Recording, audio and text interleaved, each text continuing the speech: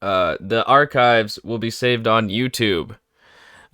Just in case you want to see if I have my sources. The setup of the podcast is and the video. Well, I guess mostly of the video, since podcast you can't see shit. But in both, I'm basically reacting and analyzing right wing narratives and right wing propaganda most of the time. I do dabble in the neoliberalist realm every once in a while because the neoliberals are in the position of power in this country.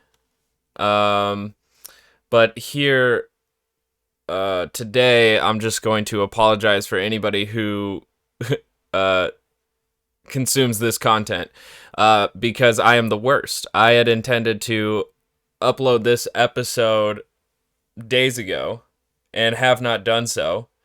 And now I'm getting pretty close to doing it. But if you go on YouTube or Twitch, if it's happening live, and so I think it saves the videos up there for like 14 days, and that's why I upload them or export them from Twitch onto YouTube.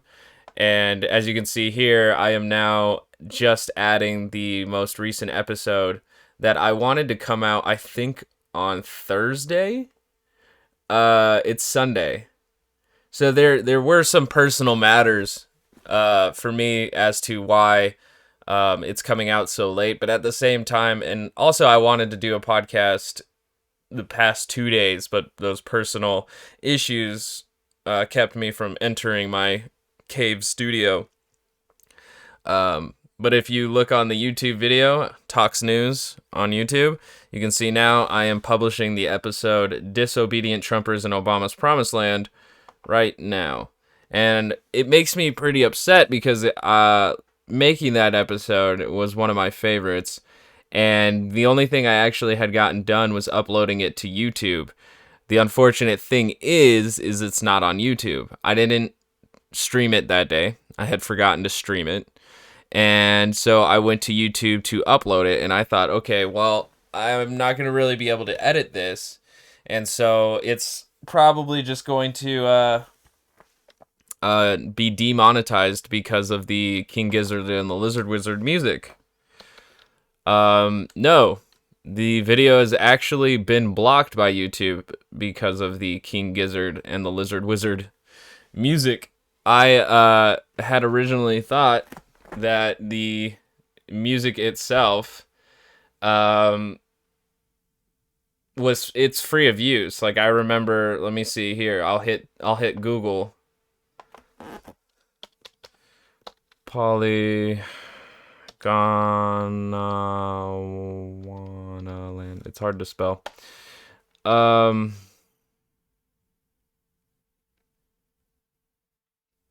Yeah. So it even says on this right here, the album was released under an open source license.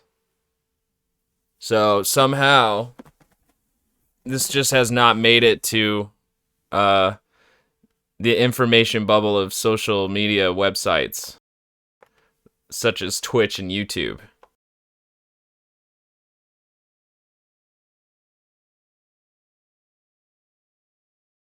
And it's personally frustrating to me because, like, I don't know, I have, like instrumentals and things that I use, and there's other free of use things, but it shouldn't be this hard. Just because something's literally on streaming services, everything blocks it. Everything blocks it from being of use. And it is literally a free album. Like, it's still on the website right here. Polygon Wanaland, this album is free. Free as in free. Free to download, and if you wish, free to make copies, make tapes, make CDs, make records. It's open source. And so I keep dealing with this bullshit. I want to have intro music for my for the videos in Twitch and all of that, but I can't. So I'm always going to have to upload the videos with like this weird, just midway through, here we are. I have to kind of like be mentally prepared for that, I guess. That's just the situation that I'm dealing with. That's pretty frustrating to me. So alongside personal issues as to why I couldn't record a podcast on Friday. Friday was my original intent. Today is Sunday. That I'm recording this one. Sunday Fun Day. I wanted to do a Friday update. My whole schedule that I really wanted to do was Monday, Wednesday, Friday. Because the news itself, very fascinating. Like most of the actual news moving, is during the week, and then the weekends is like protest rally news and just a little bit of tidbits here and there, but not quite much, right? And then during the week, for some reason, we have more flow of actual information and news. And so I wanted to do it Monday through Friday. Or not. That would be nice if I could get paid for it, but I have to go to work. But I was trying to do it Monday, Wednesday, Friday to get like every other day interval updates. And then maybe sometimes on Sundays try to do some like video game streaming just to fucking chill out. And obviously I'm not chilled out right now because I've been having so many technical difficulties while at the same time trying to keep this shitty podcast together, which I do because I'm obsessed with politics and philosophy, and I have to have an outlet for it, whether people agree or not. This is what I want to do as a like little side piece, and it takes me like an hour, 2 hours. I would love to spend more time on it, but yet again, I have prior engagements, and so it's just very frustrating, and I'm frustrated right now because I had to deal with my modem also not connecting correctly. So my video did not upload to YouTube. One of my favorite episodes, the one I just uploaded now on Anchor, called Disobedient Trumpers and Obama's Promised Land. And yeah, and it took me forever to get it uploaded. And then this morning it took me forever to even get to where I'm at right now, which is recording the fucking episode. So if you can't tell, I am frustrated. I'm just going to go in this YouTube here. I want to go to my YouTube studio and look at that specific video and see if I can maybe even send a like, hey, don't block my shit. See if I can send like a dispute real quick. Oh man. It says latest video performance, published videos. It says right there, but if I go into my videos, yeah, it says blocked copyright claim. Public, can't publish it.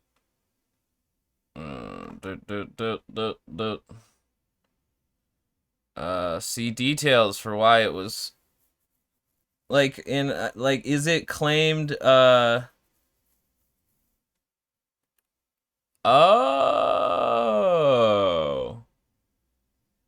it wasn't because of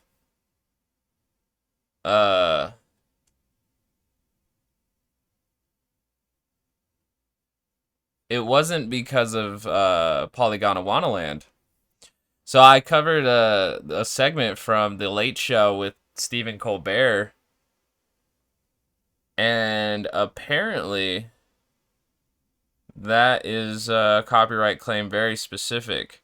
I've never had that happen with a lot of these. So I'm really trying to wonder now, like, what actually fits underneath that claim. Companies that own, if you upload a video that contains copyright protected material, you could end up with a content ID claim. Companies that own music, movies, TV shows, video games, or other copyright protected material issue these claims. So I actually got the claim issued against me by, I don't know, NBC? I can't remember what channel he's on.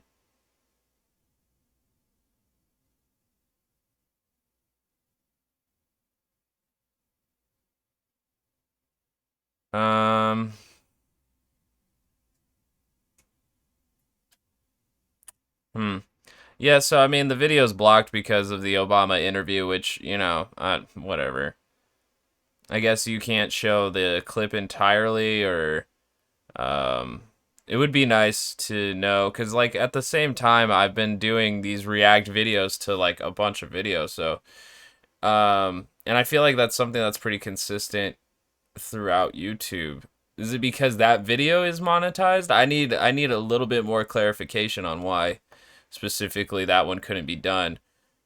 Because I don't think I've had any other videos that were blocked in such a manner. Yeah, I got all these public videos. And maybe that has something to do with, Alright, this one has a copyright claim against it, but for what? Let's see.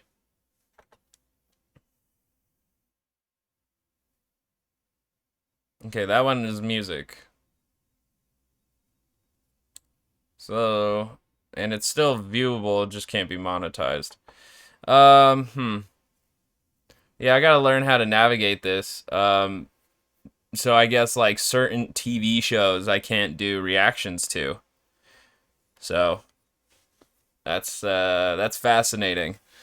But there's an update for me. I hope y'all had if you're in America, I hope you had a pleasant Thanksgiving. Me and my family decided to do FaceTime just because we couldn't really all get the means to go do COVID testing, and we kind of just saw it as futile when we could honestly just have meals with the people around us, and just call each other later and hang out.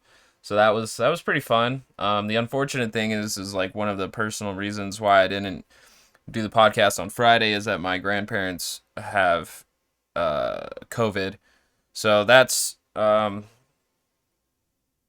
been a little rough to kind of think about and deal with, and it just wasn't when dealing with that situation. It just wasn't really ideal for me to like immediately try to figure out when I could record the podcast. I talked to my family a bit that day and just kind of hung around. I hit up my grandparents to see if they needed anything, and I just kind of waiting on updates for that. My grandpa is currently in the COVID unit of the hospital. My grandma's barely starting to show symptoms and is starting to feel it, and so she may or may not need to go to the hospital at some point, but so far she's been refusing because it's not that serious yet, and if she goes to the hospital, then she believes that she's going to be finished. But so that's the update from me. Every listener tuning into this, I love you and I appreciate you, and I don't want anything other than time and discussion. If you can hit me up on Twitter at Azawave, AZAWAV, and we can do some discussion, I'd be down. I have a Discord, so if people could find a way to hit me up, that would be grand. But it's try. I really want to do this. I feel the agency and the will to power to do this. The unfortunate thing is I am terrible at doing it. I have felt myself like actually when recording, being pretty good at this. The thing that I seem to be sucking at is the actual discipline of getting it done and getting it done on time. And that's like the main reason why I haven't gotten a lot of writing done. Writing is actually the whole core of this.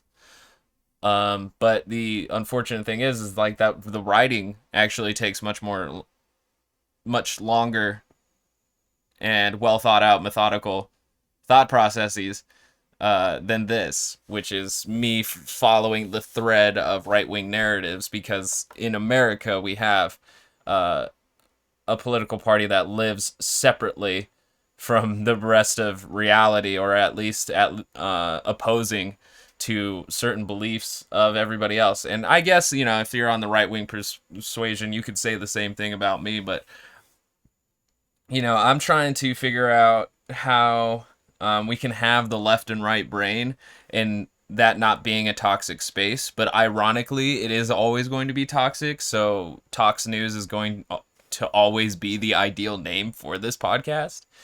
And yeah, so there's a little update for me. A little bit meaningless, a little bit apologetic. And to make it a sincere apology, I will actually apologize.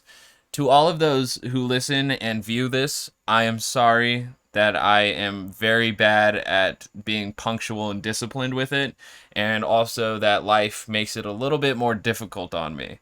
And I promise to actually be better at doing this thing that I say that I want to do. And if you are also willing to invest that time and attention into this, then, I will do my damn near best to not let you down. And if I do let you down, you rightfully will not have to pay attention to anything I put out ever again. But, we're on this journey together, and I would hope that, some of you might, wait behind for the guy who's kind of lagging. But if not, you can just let me die. You can just leave me to die. Let me blow in the wind. It's fine. It's fine. I choose to do this, and people can choose to not listen or view, because it is on YouTube and Twitch, but I'm still getting that shit together. All right, so we're gonna do a little bit of an update before we get in, because Friday, usual episode, is usually when I do like a little bit of looking around, seeing what the highlight of the news are of what's going on. So far, it was actually quite a quiet week in as far as news goes. Unfortunate side of our situation is that the U.S. did have a large amount of travel for Thanksgiving, and that's going to probably contribute to higher increases down the line. As you can see, we're still keeping in the higher range of over 150,000 cases per day, and it's been like that for the past 2 weeks. We've surpassed 13 million cases, and we're currently sitting at 266,000 deaths. Yesterday, adding 1,192. I saw just recently that the CDC had reported that for every coronavirus case we catch, there are 8 that go unnoticed. So I don't know if that's a particular problem with the United States, but this very infectious disease is spreading heavily. And so I also have to wonder, what is truly the mutation rate of this virus, because from the reports, if they are still remaining true, because the science on this is contradictory to the point that we have people who believe it's a hoax. Before it came to America, it mutated in Europe, making it a bit more infectious. And now we're seeing in the Netherlands, I believe, that there was an outbreak amongst minks where there was another mutation that had happened, and it could make the vaccines that are coming out now less effective. Now, this is all speculation because that's the fucking world we're dealing with right now. But, if it is to be true that the Netherlands had a bunch of minks mutate that virus just because the virus went into their blood and went into their system and was able to match up with another bacterium or whatever, however mutagens happen. If we're going to be dealing with that, I really have to wonder how often are we really going to be dealing with an updated COVID coronavirus? So there's a COVID update right there. That's not and we have vaccines coming down the line. Many nations are working on it. Let's see. Let's actually hit up the vaccine update just to see. Let's get a round of headlines. I always recommend people do much deeper research, look into it. CNN reports that pressure builds on Congress to help states with vaccine needs. No shit. The Hill reports first doses of Pfizer coronavirus vaccine have flown to U.S. from Belgium. So there's that. Viral TikToks offer firsthand accounts of vaccine trials, debunk misinformation. So TikTok, yet again, being one of the more political social media outlets. Let's see here. That's cool. 2-shot COVID vaccine regimens will make it harder. Pfizer and BioNTech announced vaccine candidate. Everybody seems to have like higher than 90% vaccines success rates. We don't have necessarily anything that's going to drop out soon. CNN does report, though, that the Oxford's COVID-19 vaccine could do more for the world than other shots, and I think that one was specifically funded by American taxpayers. It says this vaccine could still prove to be more valuable for the world than the other two in the coming months. Promising news in the quest for a coronavirus vaccine in the midst of a brutal wave.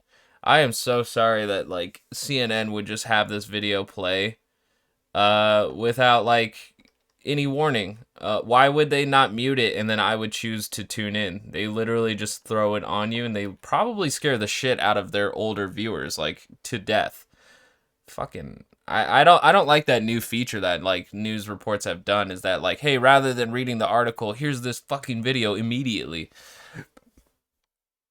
Like, that's not what, like, if I wanted this, I would go to YouTube, you know? If I wanted the video, I would go to YouTube.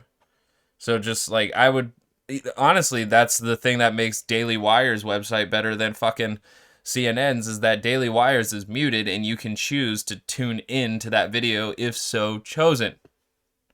Fuck you, CNN. Yeah, so, I mean, vaccines are on the way, but at the same time, we're not going to stop seeing this virus continually spread. It is not, you know, deadly for the younger community, for those in middle age and well-to-do immune systems, but we are looking at a virus that does kind of change the physiology of certain organs and may leave pre-existing conditions in its victims, and we're also seeing that it's very deadly for the elderly.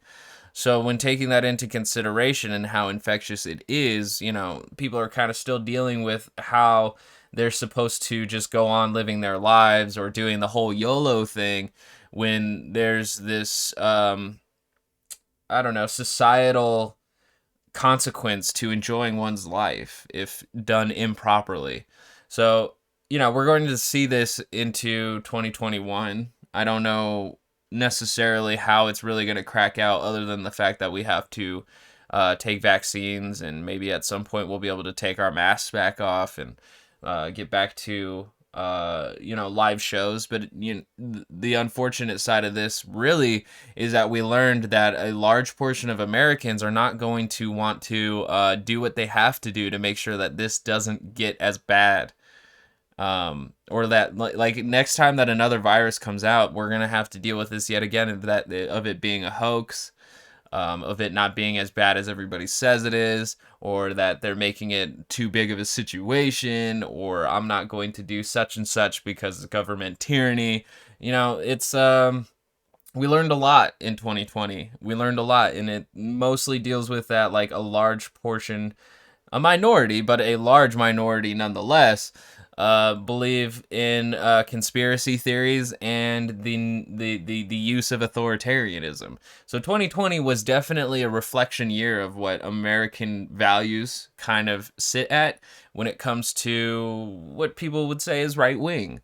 I don't see a lot of this coming from the left wing. I guess what right wingers learned from the left is that the left wants to destroy America, that they hate America, and that they're a bunch of uninformed, or at least ill-informed racists, because they're always talking about race, and they're degenerates because they support gay marriage and transgenderism, and everybody wants to transgender your kids, and all these social justice warriors and their cancel culture.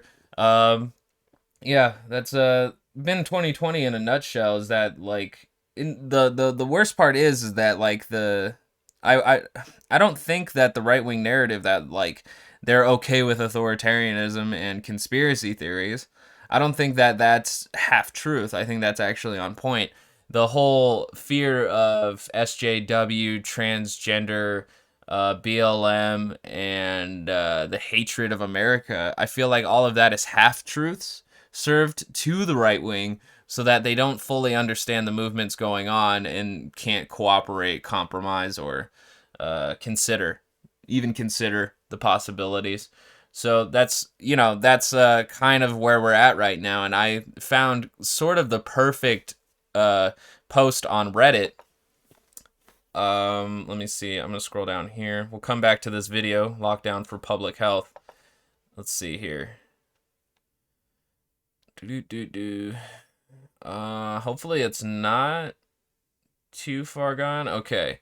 So Black and or Golden Black, I think, is a libertarian, anarcho-capitalist subreddit, and I subscribe to it because these people see the world completely differently than I do. I am not an ANCAP. I honestly think anarcho-capitalism is laissez-faire laissez-faire corporatism. Like just it's it's just all about corporations basically ruling everything. They would that like I honestly feel like through anarcho-capitalism we would just end up in such concentrated wealth that we would be living in Outer Worlds, the video game where corporations run everything. And there's no government, there's no states, there's no lines. It's literally the corporations run everything. Halcyon, that's it. And yeah, I'm not an ANCAP. I'm not really. I used to be kind of a libertarian until I found out the full extent of libertarianism, but now I sit on a libertarian, socialist, anarcho, syndicalist kind of scale. So I don't even necessarily consider ANCAPs that anarchists. I see them more. I don't know how to say it. Yeah, anarcho-capitalism. It's so weird that you would want the economy to run literally everything and rather than mutual aid. But anyways, does anyone else? The post reads and the headline was, "Does anybody else think the world has gone absolutely mad?" And I've probably brought this up before, but my favorite episode of Kidding in season 2, the show starring Jim Carrey, there's a lot of people mad at him, and his dad is defending him with a gun. His dad's also suffering from dementia, but he was protecting him with a gun, and he said, "I've got you." The world is filled with crazy people who think the world is filled with crazy people, as he's holding a gun. And that's kind of like what this also made me think of. Does anyone else think the world has gone absolutely mad? And we'll see why that's very comparable here in a second. All right, I'll get to it in just a second. I'm actually pretty sympathetic to this poster here, but at the same time, we do have to be a bit critical on some of the shit that he says, but let's get into it. It says, it's not just the COVID hysteria. It's the cultural Marxism. The pronouns, the expert worship, and the fact that only feeble resistance we seem to have is a bunch of yahoos who believe in conspiracy theories. I'm not sure who this person is specifically speaking on. That is the resistance. But I can already tell that this is extremely right-wing warped worldview where what the fuck is cultural Marxism?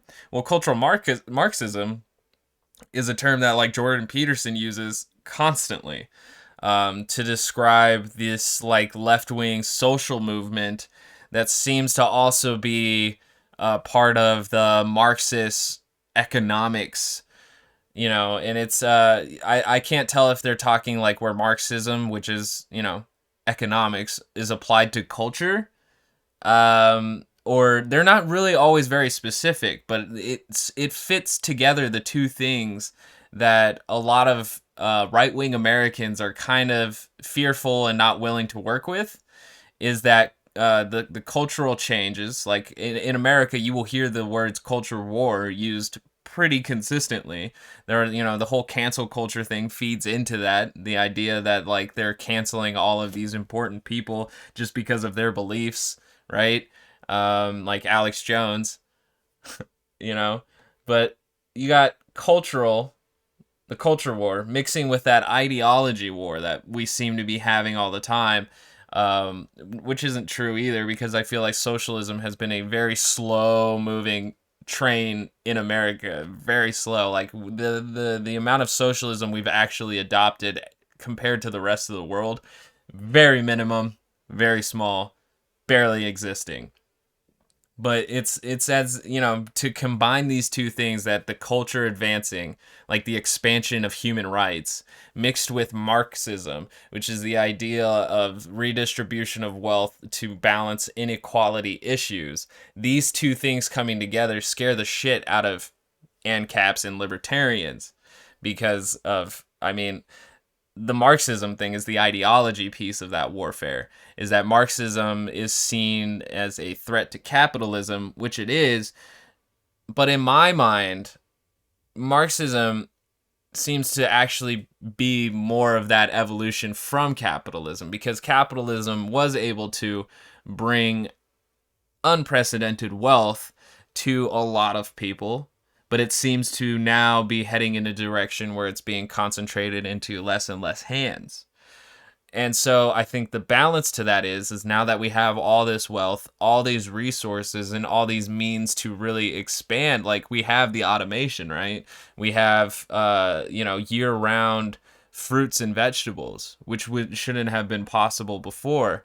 We have the means to really create and consume responsibly and sustainably, with the scientific and technological options that we have these days.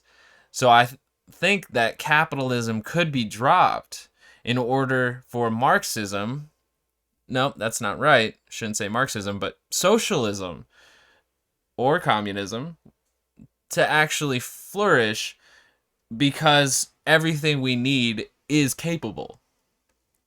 So I think capitalism is just the step before socialism. But unfortunately, this economic system of capitalism is being used to concentrate wealth rather than spread it.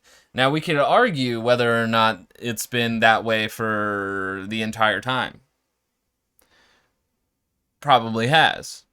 But what we're really seeing now is unprecedented wealth and accumulation of power and resources into a minority of hands of human beings. This is like unseen levels before. This is we're not really sure how far this is going to go with a global network of concentrated wealth. Because that's honestly where we're at now, and governments seem to be more of the litigators and the lawyers and the legitimate hand, the legitimizing hand of authority for this concentrated wealth. So I went on a long tangent there, but I just think it's very funny that as soon as he said cultural Marxism, that hit a very particular button for me, that, I mean, the term itself, it triggers me just because it's a term used only to trigger like ANCAPs and libertarians and conservatives and others into moving against progress. And mainly because of the negative connotations that cultural Marxism has taken upon itself from all of the thought leaders who speak about this thing, which I'm just speaking about Jordan Peterson, because I'm sure there's other people who use it, but Jordan Peterson is the one who I know has used it the most. I find fascinating here, this is only the first paragraph of this dude's post, but it also says the pronouns. The world's gone absolutely mad because of pronouns. Dumb. Like, honestly dumb. Like, if you have a problem living in a world where, like, pronouns are fluid, I don't know what to do. I don't know what to do, because honestly, it's words. Words should be fluid. Like, almost every word is colloquial. Like, really, like, especially as, like, slang takes over and language evolves. Like, we don't have the English accent anymore, the English Empire. We have an American English accent. So, the expert worship was another one that's in there. And it's a very clear sign of fascism or authoritarianism when you have anti-intellectual behavior. So that I find that fascinating to see this in an anarcho-capitalist libertarian blog or post, that the expert warship is part of the world going mad. So yeah, that was a lot. That was a lot for me to break down in that one paragraph. And I apologize for that. That might have been a little too messy. So we're going to move on. He says, I can barely identify with anyone. It feels like walking around in a zombie apocalypse, looking for someone who hasn't been bitten yet. And then sometimes you find someone you think is normal, only to catch them feeding on a corpse, metaphorically speaking, a few days later.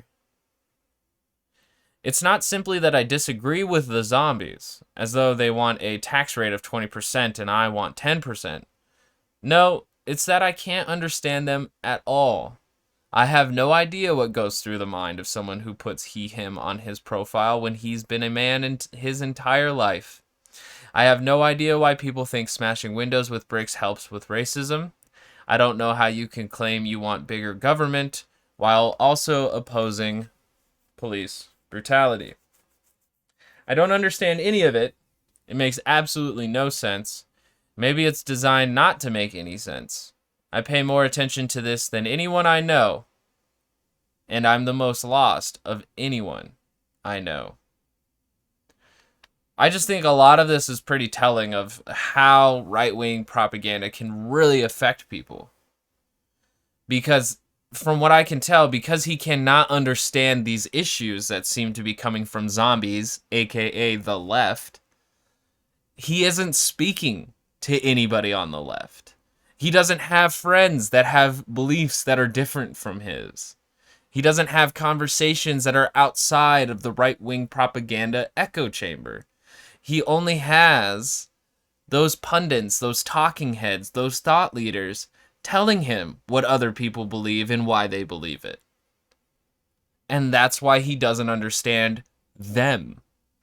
The people he supposedly tries to interact with until he finds out they're chomping on a zombie body.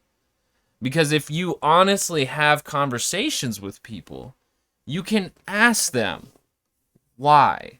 And they may have a reason that is nonsensical or contradictory, and you can keep asking questions. You can keep fleshing out ideas.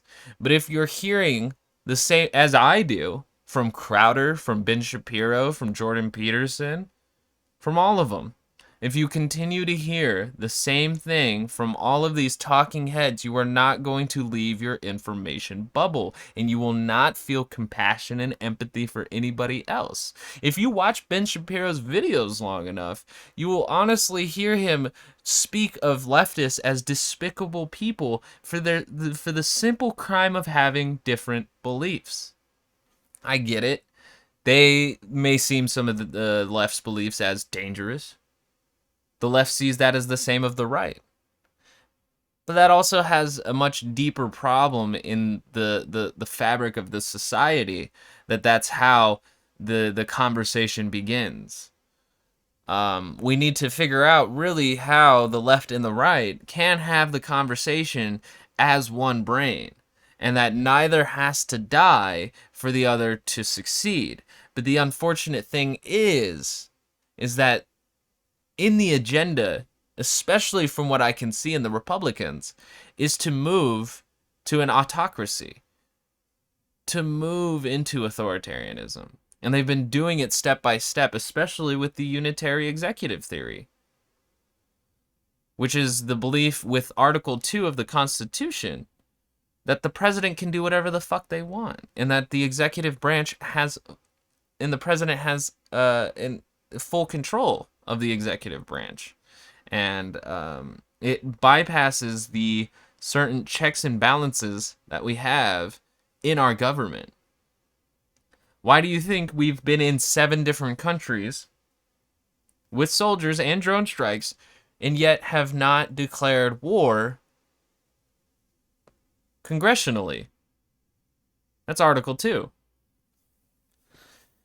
So, and Trump really tried his best to expand it. I mean, you could see it with the U.S. Marshals packed troops, PACT, Protecting American Community Task Force, I think it is, the U.S. Marshals that went into Portland, you can see him stretching right there the unitary executive theory. But it still had its flaw for Trump, that he had to be asked by governors to bring in those U.S. Marshals. Checks and balances. Not great that he had it, and that the U.S. Marshals also went out and killed Michael Reinl with no trial. But I don't even know the specifics of that. Did the governor even sign off on the killing of Michael Reinl? I'm not 100% sure. But it bypassed the judicial, because Michael Reinl did not have due process before he died. And some will say, well, he shot at the police, and yet we have contradictory statements that he was eating candy in his car. His back was turned when the cops rolled up on him and started opening fire. So we have contradictory statements and no due process ever to come because he is dead.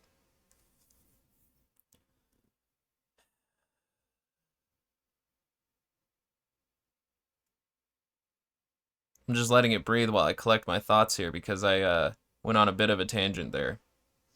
It's just the core message I'm trying to receive from this post is that, and I'm going to read them, their quote here, is that he has no idea what goes through the mind of someone who puts him on his profile while he has been a man his entire life.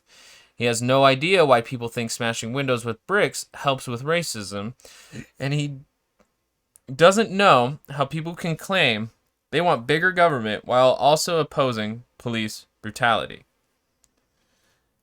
It literally means you do not have conversations outside of the right-wing information bubble. Because if you had at least an inclination to understand what these are, you would understand that wanting bigger government, which is basically the government programs that we want, such as free healthcare, you don't need more police for free healthcare. You don't need more police for better education. So it is extremely myopic and shut off to live in the right-wing bubble. And my best recommendation for them, honestly, is to start a podcast where you listen to nothing, absolutely nothing, but left-wing propaganda. Because if you actually immerse yourself in it, you can actually see the through line to who, what, when, where, why, and how. And that is the only way people will understand. Otherwise, you're going to have to literally not start a podcast and actually just go talk to people. And most importantly, make sure you're talking to people who organize. Because people who actually lead movements and organizations are going to explain anything better than some random leftists on Twitter.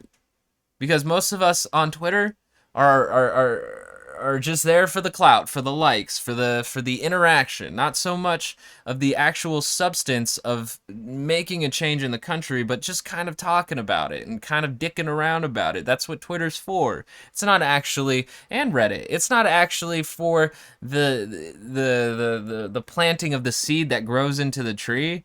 It's talking about pictures of it. You know, it's not really praxis to just be on Twitter and Reddit and have these conversations. You need to have voice to voice and hopefully face to face. But right now we're dealing with COVID, so I'm going to say voice to voice. But people need to have actual discussions outside of their ideological bubbles in order to understand the other ideologies. And you can agree and you can disagree. And the thing is, though, is that regardless of whether you disagree, the worldview is out there. And so that part you have to accept. So if you can accept it, then maybe you can begin to understand it. And I see where he's coming from. But the unfortunate thing is that where he's coming from is an information bubble. So the reason why he can't understand why somebody would put him on their profile, because even though they've been a man in their entire life, is because they don't understand the smallest gestures of solidarity.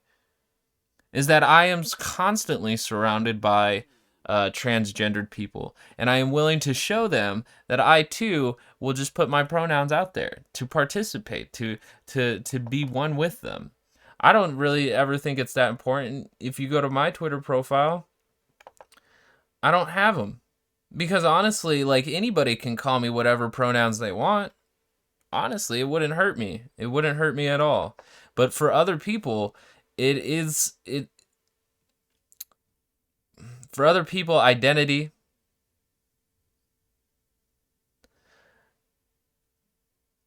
having their identity accepted in the from by the world outside is very important. And we could see certain things to be trivial, like I don't know. I feel, for a lot of people, their gender identity is just as important as a Christian's Christian identity. There's so many levels to all of this, and just by putting it in your profile, you can say, hey, I accept you too. So, I mean, I would be interested in having a conversation with them to see if they're actually willing to understand, because what I find very fascinating that paid off this whole thing is that the headline is called, "Does anyone else think the world has gone absolutely mad?" Okay? His last sentence is, "I pay more attention to this than anyone I know, and I'm the most lost of anyone I know." That speaks volumes. He asks, is the world gone mad?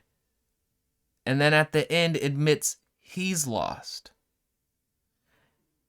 And there's a slight correlation there to him paying attention to all of this more than anyone. So that to me tells me that it is the right-wing dissonance. It's like cognitive dissonance that the right wing has created for a lot of their people, to where they're feeling alienated from the rest of the world. Maybe because the rest of the world around them has the leftist beliefs. It's kind of hard to tell, but to be honest, the headline to the last sentence tells me that he is trapped in a bubble where he hears from the right wing that this is the way that the world ought to be, and then when he looks from his bubble, he sees that that's not the way the world is. And so he has a hard time dealing with that because he can't leave his bubble. I just thought that was interesting. And maybe I didn't convey what's actually interesting about it very well. This is why I wish people would hit me up on Twitter at Azawave, AZAWAV, and tell me how this is going. Because this was fascinating as fuck to me. Yeah.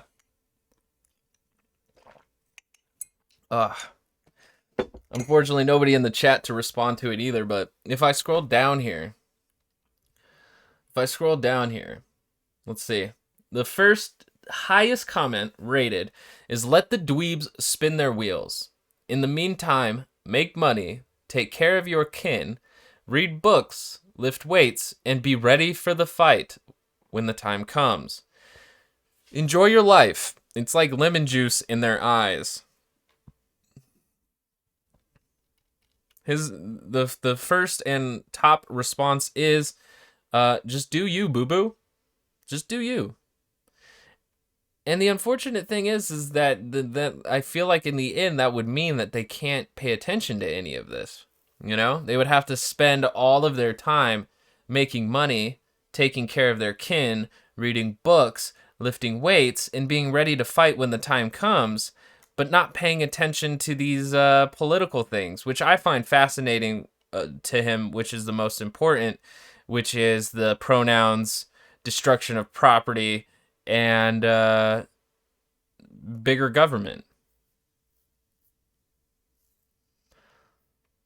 I don't even think that those are necessarily the things to worry about, Other people's pronouns, other people changing their sex, not a big deal to me. Because it doesn't affect me, and people can do whatever the fuck they want. Um, and I also sit on the side of like I am a cis straight male, and if I ever happened to have sex with a transgender person and I had no idea that they were, honestly, I like if I couldn't tell, then what's the difference, you know? And so long as you're sexually attracted to a person and you follow through on your I don't know, on your desires, you feel good about it. You do you. I just don't see how any of the transgender what they call transgenderism is a detriment to our social fabric and our society. Maybe it has a lot more to do with that machismo side of us where men have to be men. And then in order to protect the patriarchy, women have to be women. But all of that's been slowly eroding as well. And that's just antiquated social order. Honestly, it is. It's an old way of thinking on things. So I don't really care about it that much. It's like I am all for trans rights because they are a marginalized and oppressed group in this nation, and that shouldn't be a thing for anybody who lives here. But them existing does not fucking bother me. It's not one of those issues that I worry about. I'm still more worried about why the fuck people are in debt when it comes to healthcare. And then the smashing windows. We've all had this conversation. Nobody really likes rioting. Nobody really likes looting. It doesn't help the movement, especially with how the media operates to tend to focus on the looting and the rioting. But sometimes whole cities will be ignored because nothing but a peaceful protest happened. And we're all very aware of the Martin Luther King quote that the riot is the response of the unheard, you know. And one of the first things I remember from the George Floyd protests in Minneapolis was that, they were outside the police precinct just doing chants, cheering. I think they did shake the fence, which can be pretty intimidating to cops who just killed somebody. But the cops' response was to light them up with non-lethal, less lethal rounds, tear gas, and riot equipment, forcing them into the metropolis and not forcing protesters to react with property damage, but answering the protests against police brutality with even more police brutality. At that point, I don't give a fuck about smashed windows because George Floyd was killed, and then other people were hit with less lethal rounds for it and tear gas. And those can lead to hospital visits. Those can lead to physical injuries, damages. Some less than lethal rounds, even though they're called less than lethal, can kill. So, and it could leave permanent damage. All of it, even the tear gas.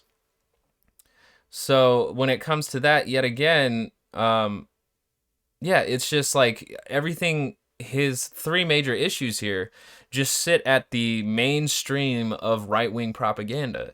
And I think for him to try and get out of his alienation and to better, do some self-care is to actually interact with people who believe other things than him.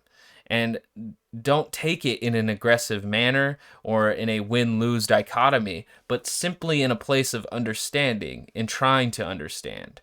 If you're not going to reach that bridge, then fuck it, dude. Then fuck it. Don't even try to say that you want to understand anybody else's beliefs. That you really only want to see the worldview that you think is the top best, most worth it. Honestly. But I am Tox News, and I want to see the Tox die. I want to see politics actually turn into this organizing that helps the most vulnerable and progresses the common good. It's being turned into making the most vulnerable even more vulnerable, and the more powerful already more powerful. It's not the way I think politics should work. And it makes people not want to interact with it and not want to interact with each other. And this fucking post that I wasted probably 30 minutes on describes that perfectly.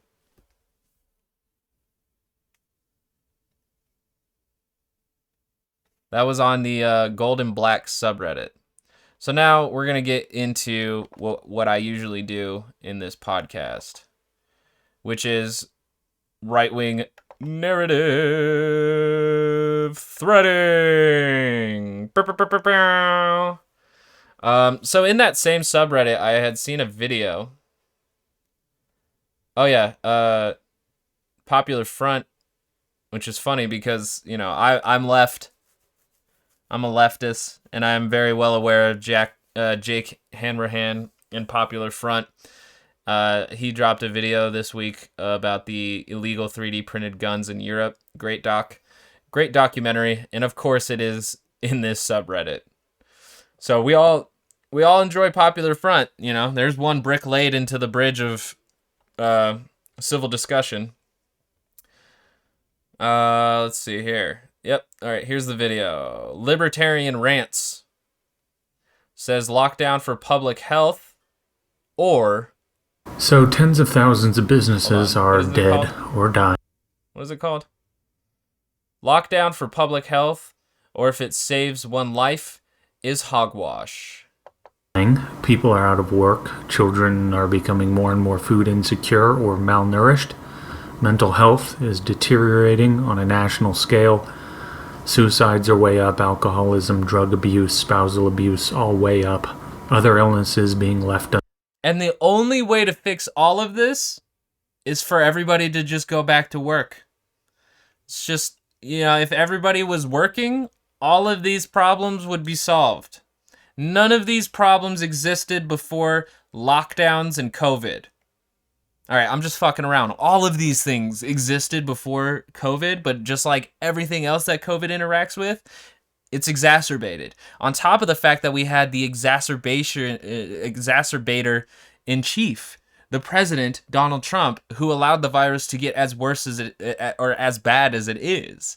So the lockdowns aren't the problem. Our reactions to the lockdowns and to the virus are the problem, because everything that he had already listed has been a problem in America and other countries, and it's only worse.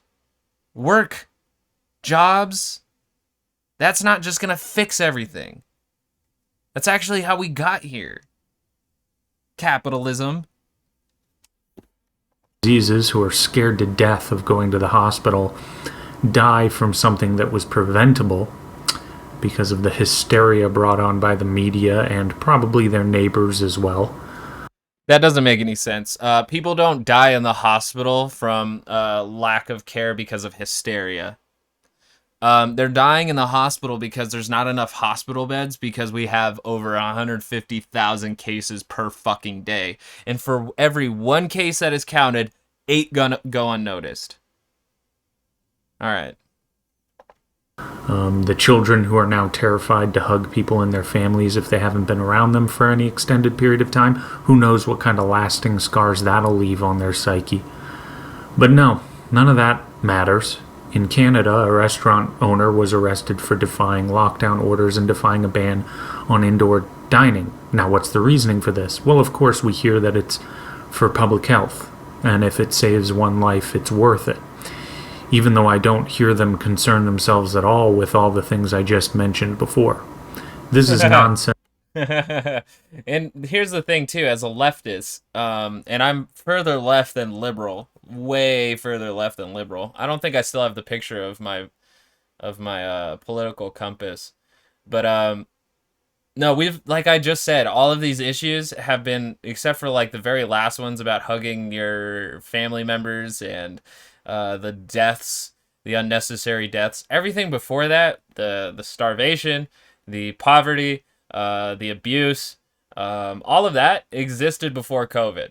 And all of that has been issues, I think, for leftists. Republicans and right-wingers usually talk about it, but the thing is that their party, specifically, is the conservative party. It's either to continue status quo or regress it from actual progress. So I don't know who he thinks isn't talking about these issues. Probably liberals, because liberals don't actually care about anybody. They just want shit taken care of for them. So maybe that's it. But, you know, the people who are politically active and of the left persuasion have cared about these issues for a long time. The left created workers' unions so that workers didn't have to actually work 12-hour days, 100-hour weeks. It still happens today, and our labor membership has fallen steeply to, you know, to newest lows. I think we're back to the point like before we ever had unions.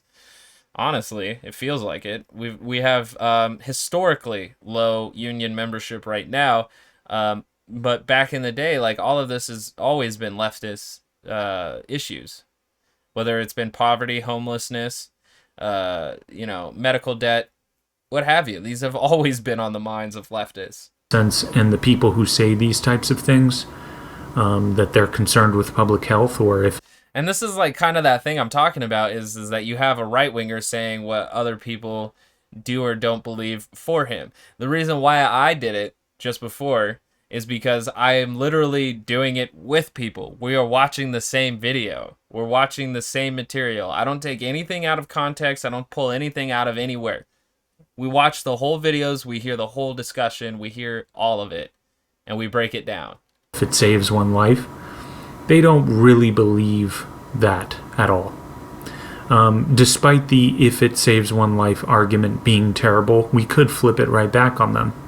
And the lockdowns, because it will save far more lives, especially in the long run, than COVID was ever going to take. We're talking about a severe economic depression on our doorstep. Who knows what will happen to the suicide rate, and who knows what will happen because of the children that can't get access to food. Can you imagine, like, having all of this as a worry, but you don't care that, like, Jeff Bezos has amassed $1 trillion? Like, he's just holding on to it. He's just...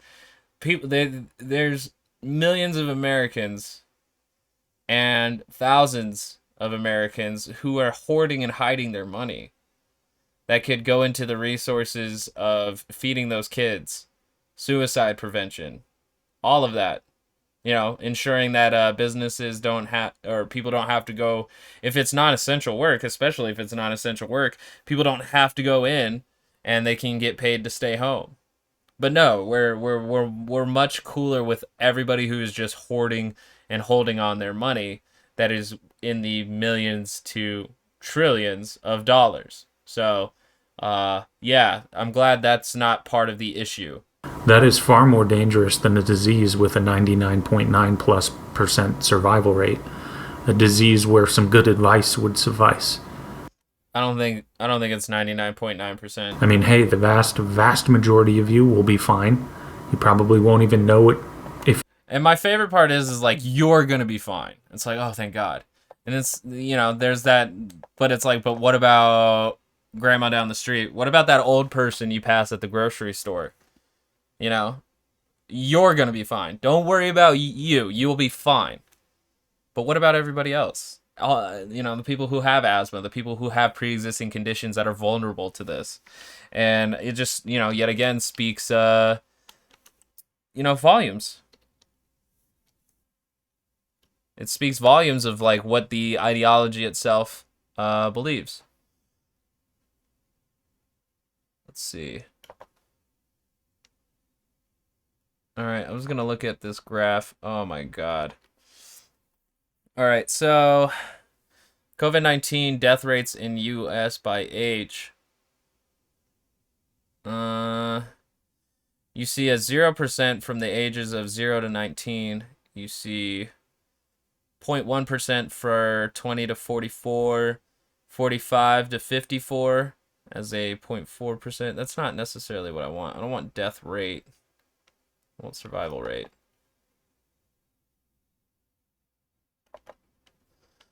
Alright. These graphs are me up, bro. Death rate, death rate, death rate, death rate.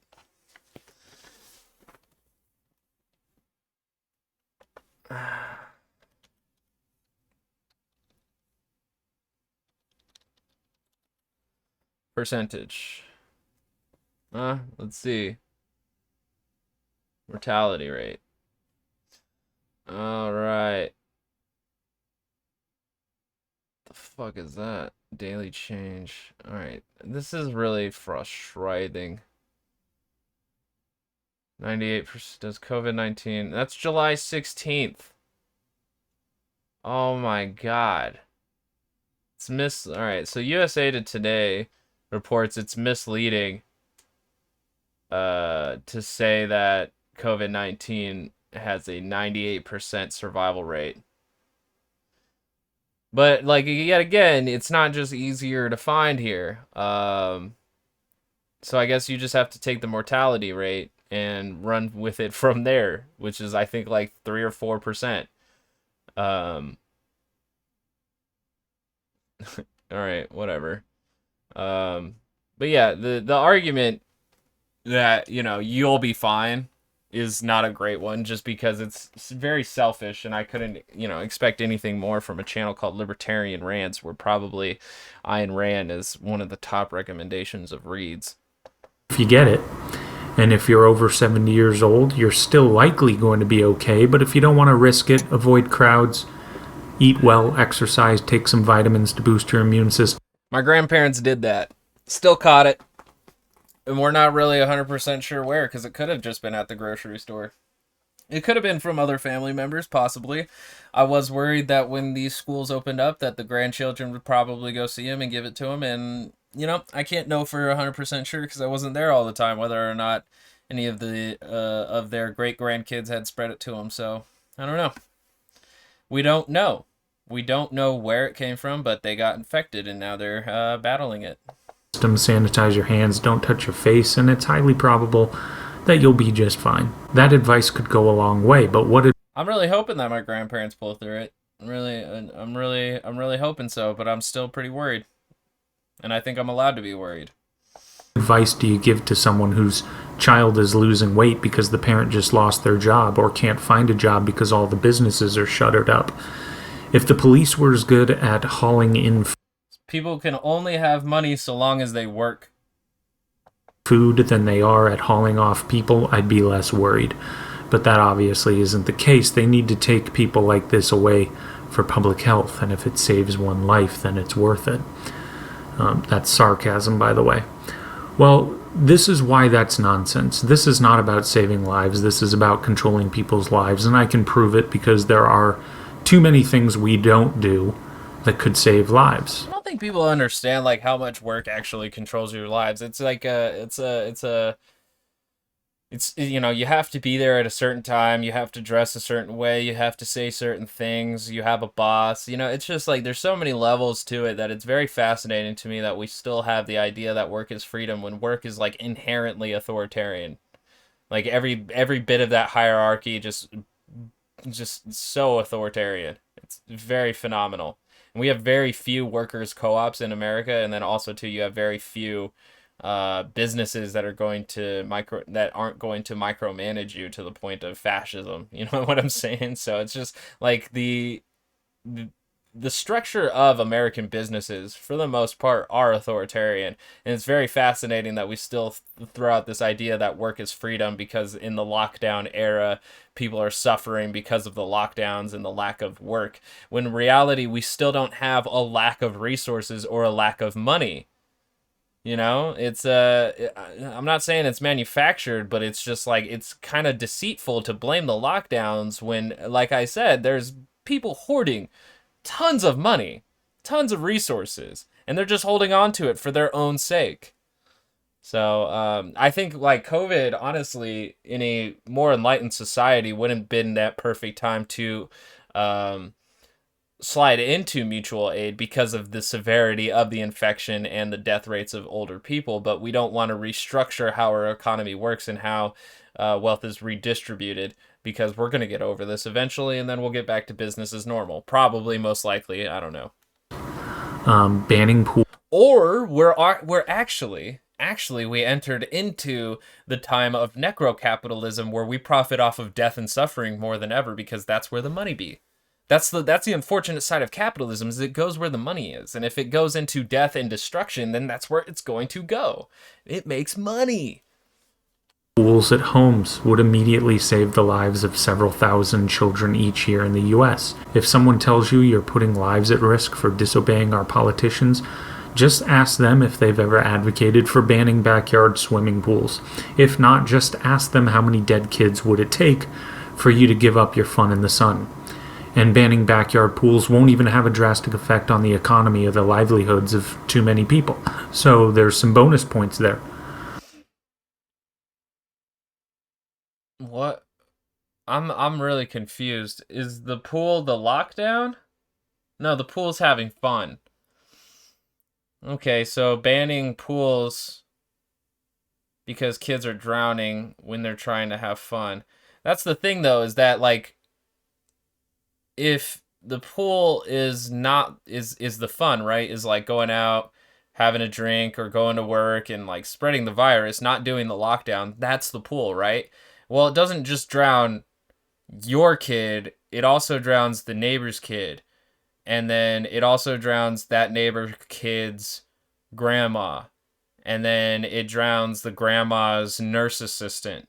You see what I'm saying here? Is that, like, it doesn't extend, it extends well beyond your fucking backyard. Or how about roughly 17,000 people dying each year from motor vehicle accidents? Now, I'm not going to ask why. That's 17,000. We have 266,000 deaths right now, as of this recording. You can't compare a 17,000 per year to a first ever 266,000. Why we don't ban driving. That's an absurd suggestion. And this was uploaded November 28th, so the numbers... Oh, that was yesterday. Okay, so yeah, the numbers are high. The death numbers are high. This isn't at the beginning of the year. That would destroy far more lives than it would save, of course, right? The transportation of food, medicine, housing, materials, clothing, all of that would be destroyed. So banning driving is a terrible way to argue this point. However, oh boy, wait until he finds out what Uber's trying to do with their self-driving cars. See, cars aren't necessarily the problem here, what you're talking about. It's transportation. We need transportation. But if we can transport things, say, like we did in the old days with, like, trains, planes, boats, we would still get our food. Oh, you need a pilot for those. Right. But do we need everybody to have their own vehicle in order to do that? Probably not. If we had, like, sufficient transit systems to make sure that people can get to anywhere, from their house, from downtown, from wherever. You have a bus, you have the light rails these days. We have Ubers and Lyfts now. Like, a car is more of a luxury convenience item, but for me also it is necessary because we don't have the public transit to make it more accessible to get to work or even run your chores. So, I don't know. There's multiple levels to that. But again, it's not equitable to a virus, to a pandemic, to something that's going on globally. However, most of these deaths occur within a few miles from people's homes. Why not a ban on driving anywhere within, let's say, 3 miles from your home? Unless you have a medical reason, of course. We want to be fair. This would have the added benefit of getting people out walking or biking more. It would be a positive for the health of nearly the entire nation. How many families need to be destroyed before these people advocate for laws like this? How many people needed to die from the flu? Right? It varies quite a bit, but it's been upwards to 60,000 people dying in the US from the flu. Why did we hear nothing but silence from them then? How obvious does it need to be that the police and far too many citizens are simply sheep, being herded into hysteria and being patted on the back when they behave how the lawmakers want them to? They're certainly not behaving rationally or logically, and definitely not consistently. I mean, the thing is, though, is that it wasn't the lawmakers who suggested lockdown, because their constituents are actually the people who run businesses, corporations who need their workers. The lockdowns actually, that's science. That's science. The only way to like stop people from spreading a virus this infectious is to have less contact with people, unfortunately. And yeah, if we had done a much better lockdown earlier, we probably could have opened our economy more effectively without getting as many infections and deaths as we do now. But that's, you know, that's in hindsight, you know. And we're really gonna see how Sweden does, since Sweden was the most laissez-faire of them all. And they're starting to really see the spikes and surges now. So keep an eye on Sweden. There's too many preventable deaths they've likely never even had a conversation about insofar as what to do about them. So I don't want to hear from them on how people like this business owner here are endangering the public health.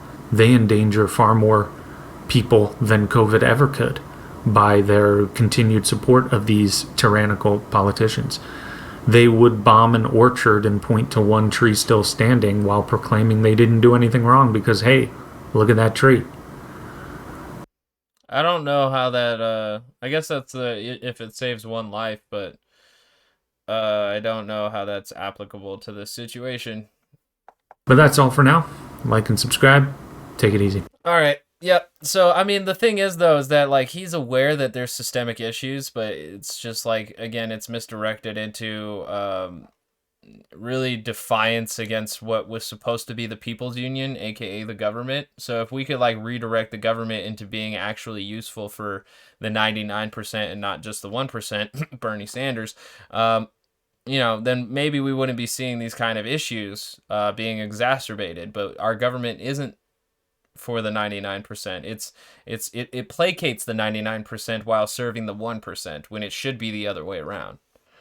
But unfortunately, money is power, and go capitalism. If you disagree, go fuck yourself. What I have here, though, is the final piece, is that the CEO of Whole Foods defends capitalism and talks socialism with Joe Rogan. So when we were just talking about systemic issues with the COVID lockdowns and everything surrounding that, let's actually get down to economics. Let's get down to the system right here, right now. Let's get it. Back to the subject of capitalism and Marxism and socialism. This right now we're in a wave of this, right? It's become more popular now. I would say over the last, particularly during the Trump administrations, the concept of socialism at least has become more publicly discussed than any time that I can remember in my life. Why do you think that is?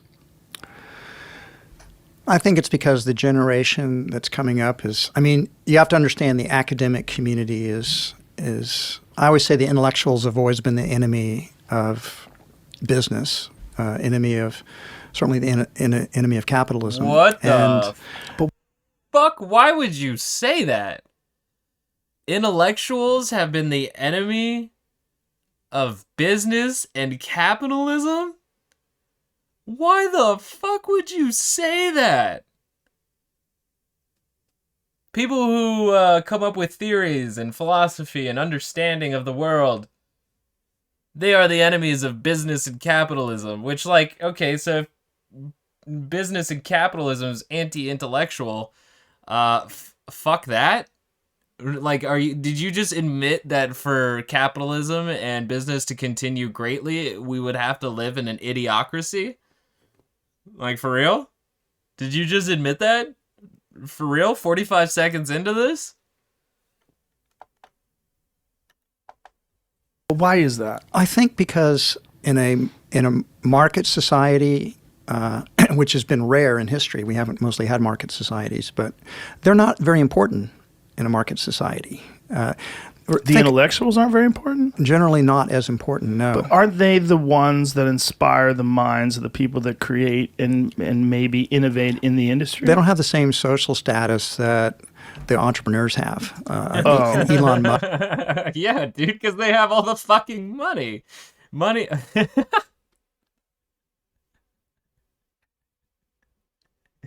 He's oh man.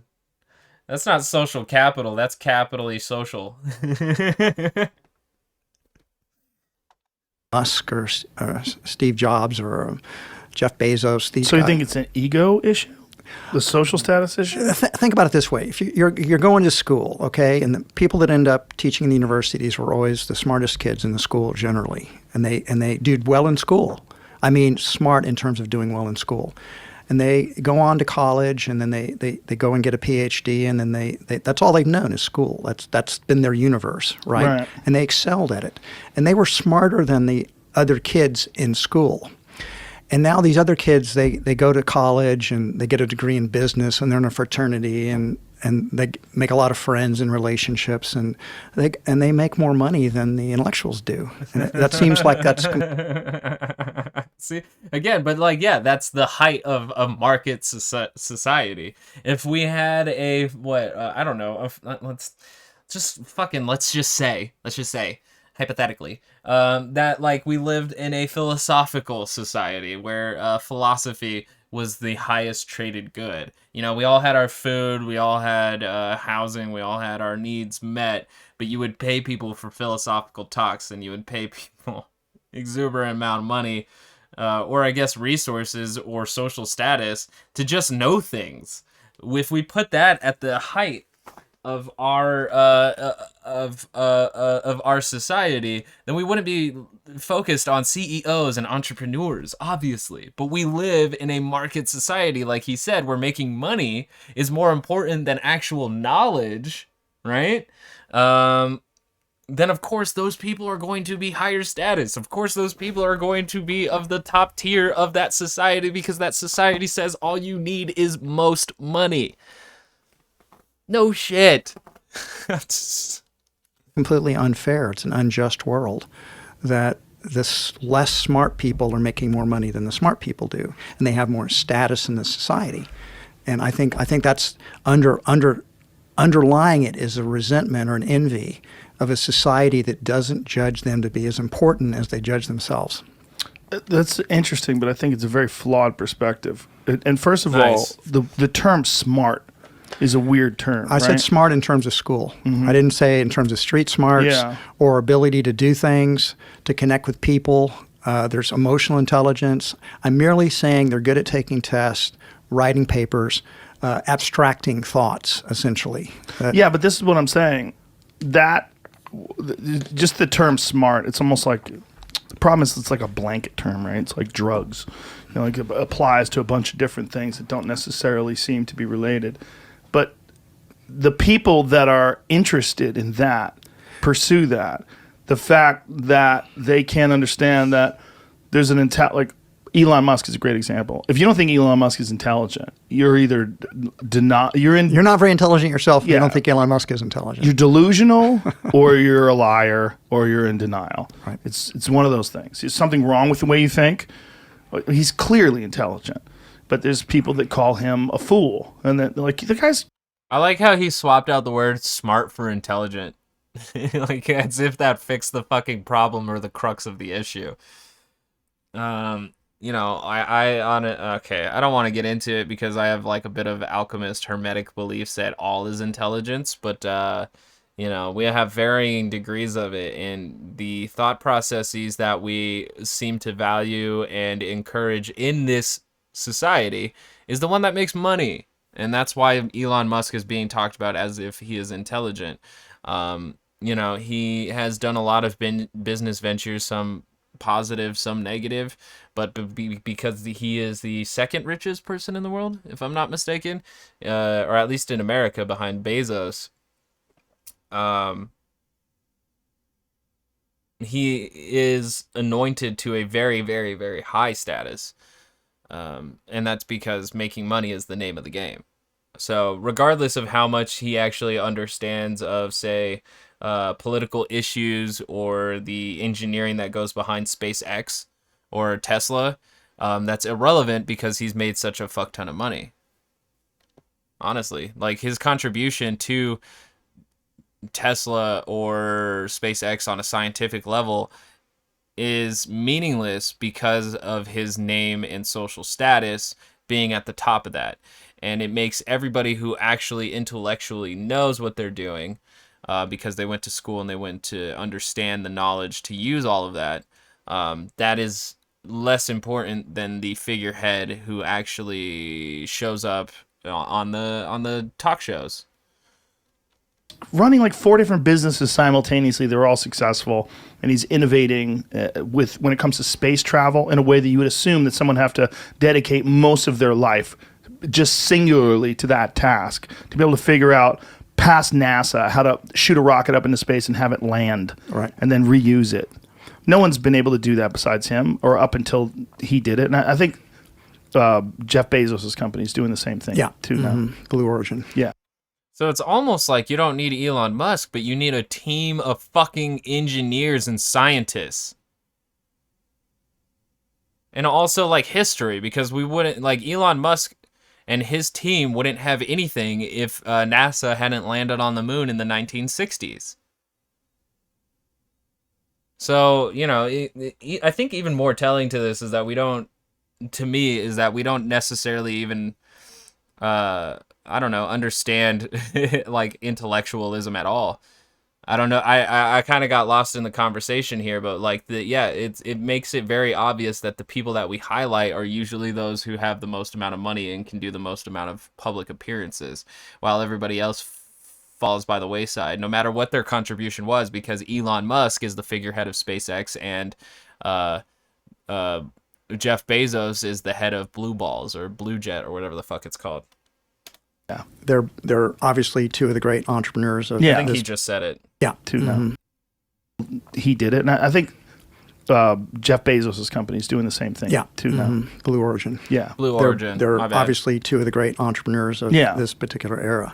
But I don't think Jeff Bezos is actually engineering these things. But if you think about it, the intellectuals have always disliked business. They've always discriminated against the. I just want to acknowledge that he pivoted, because he got to what I was arguing is that they aren't the engineers, they are the capital. So they sign off on what gets done and what doesn't based on money.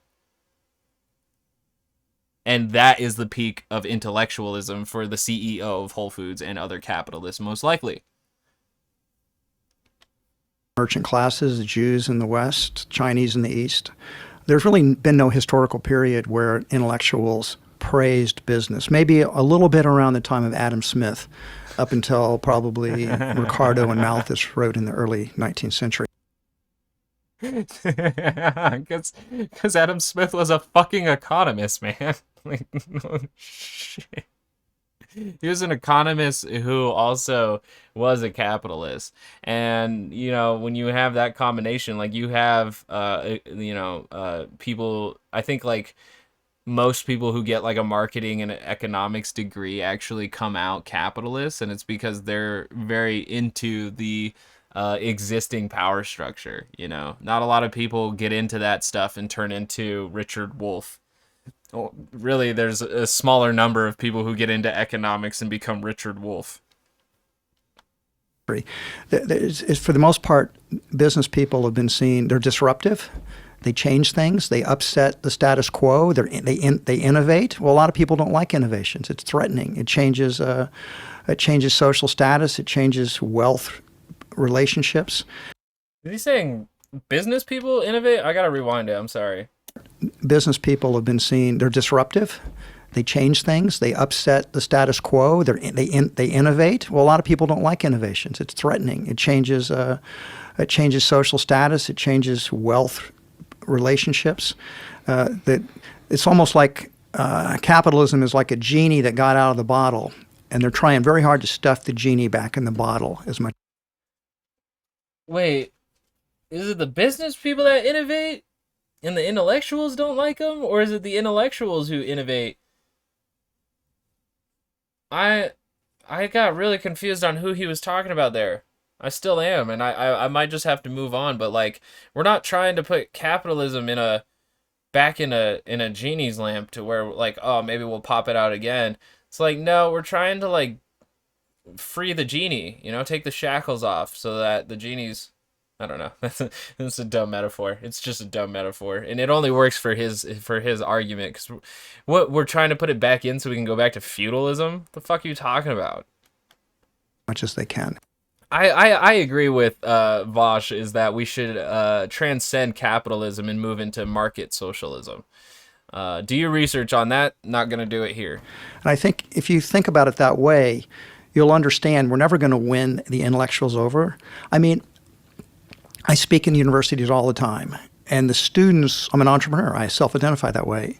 Students love when I talk about conscious capitalism. As I say, you can do good and you can do well. There's no contradiction here. You're the good guys here. You're not the bad guys. Do you debate people about this? I would love to hear him actually explain conscious capitalism to him, because so far he works for Jeff Bezos, who does the opposite of that, you know. And I've also recently heard of Whole Foods also dealing with some unconscious capitalist practice. Let's see. I had heard something about unions and Whole Foods. Hold on.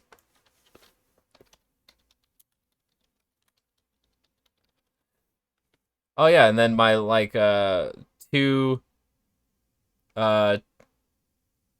stories two episodes ago, they they had union busting going on at Amazon, where they were hiring Pinkertons.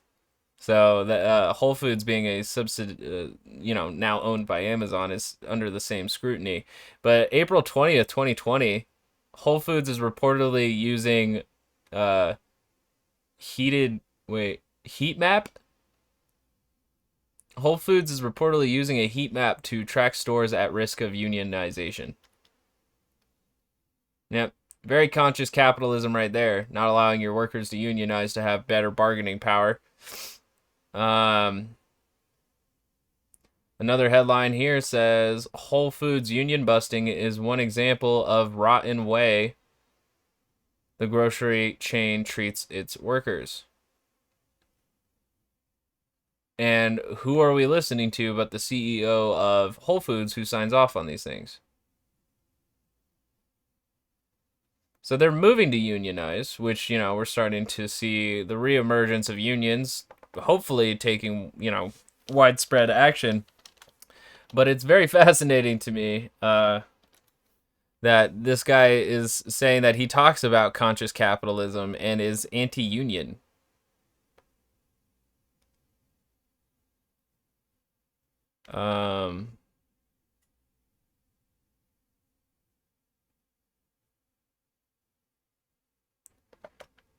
Let's see.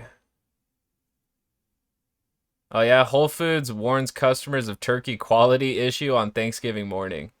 Nice. The morning of. And then 2 days before that, some Whole Foods customers complained turkeys smell bad. Oh my God. Conscious capitalism, people. It's working. Let's see what the email said real quick. It's fucking working.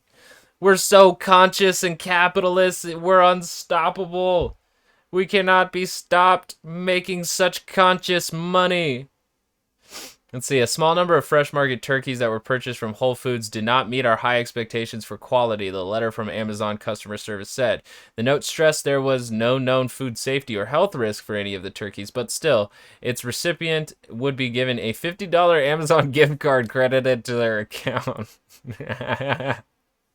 We sincerely apologize for any inconvenience this may cause and grateful to be part of your holiday feasting. What the fuck? That's funny as fuck, dude. It says that Whole Foods confirmed that it had discovered a small number of fresh turkey products in their South region that did not meet their high expectations of quality, and yet they sold them to people. They fucking sold them to people. And the thing is that they had to get told about the fact that their turkeys were fucking shit. I wonder if people threw them out or what happened. But the FDA's website says fresh turkeys shouldn't be bought more than 1 to 2 days before they are cooked. The guidelines say ovens should be set to no cooler than 325, and a whole turkey is safe when it's cooked to a minimum internal temperature of 165 degrees. But I think that's fucking hilarious. They don't think there's a real issue, but they noticed that a lot of people were like, yo, fucking turkey smells. What's up, dude? And Whole Foods took 2 days to be like, ooh, here's $50 on Amazon. Let's see. Let's see. Is there any more? Is there any more hot fire?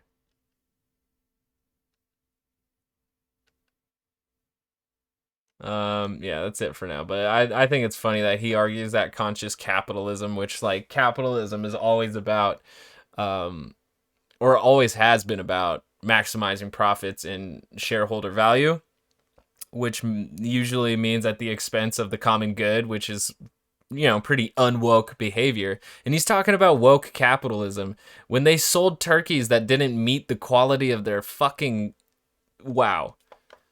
I do. I've debated a number of socialists. And what is their primary argument? Their primary argument is that business is greedy and selfish, and it's about motivations, that business people have the wrong motivations. In a lot of ways, conscious capitalism is an answer to that. It's a complete answer to that, because in the book and in Conscious Leadership as well, we're basically arguing that business isn't primarily about maximizing profits. Business is primarily about creating value for other people. And through creating value for other All right. Let's see where this goes. Let's see. other people, you do make a profit, but it's the value creation that comes first. The profits come second in exchange, right? And it's almost, if you are creating value, then you are profitable, and then you can reinvest those profits, and you have this upwards spiral. So that's that. Business has this potential for higher purpose. It's not primarily about greed. Greed is found in human nature, Joe. It's not just found in business people. There are plenty of greedy governmental officials, plenty of greedy politicians, greedy lawyers. Yeah, because we live in a society that highlights making money. God damn it. You can't say it's a part of human nature that we're all greedy when we've been living in a system for hundreds of years that says make more money. Greed is endemic to the human nature. Business people either have no more or no less than it. It's just part of who we are. Has anyone ever laid it out in a way that's very compelling? Like when you have these debates with socialists and someone... That's like saying people are inherently evil. And I don't believe that. I don't believe people are inherently evil. I definitely think it has a lot to do with the environmental situation that you're living in. Material conditions. Has anyone ever laid it out in a way where they have a point where you see their point? The best way to do a debate is to completely understand the other side's position. Yeah. Understand it as good or better than they understand it. And so I've read widely in socialistic literature. I think I do understand it. It's a type of utopianism. It's an attempt to change human nature.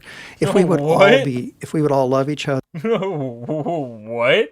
How is the idea that like conscious capitalism, creating value for everybody and fixing, he didn't say fixing everything, but like that's basically what he's saying, is that like conscious capitalism is the ideal system. How is that not utopian? How's like not believing that capitalism is the ideal system? How's that not utopian? That's such a fucking dumb thing to say. That we're all working towards the Garden of Eden, aren't we?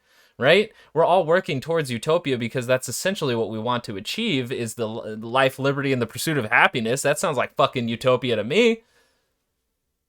But by associating it in this context, he's trying to make it that pie in the sky thing. Like, we'll never live in a utopia. But he'll constantly say that we can use capitalism to create a more perfect world.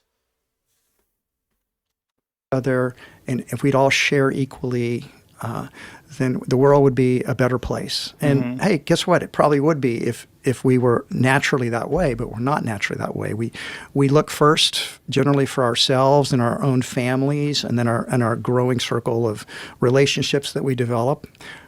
Again, that's not natural. That's not natural. We're living in a society that has had thousands and thousands and thousands of years to develop. So anything that's coming out of that is not necessarily natural. It's indoctrinated. It's learned.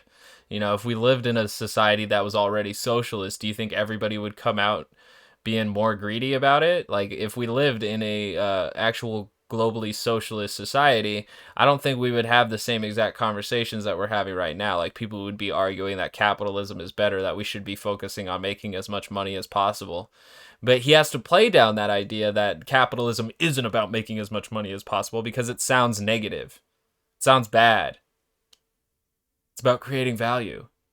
Okay, vague term. What? Creating value for who? For what? Expand your thought, because you're leaving me unsatisfied. It's not natural to. It's natural to want your own children to have advantages. That's just human nature to want.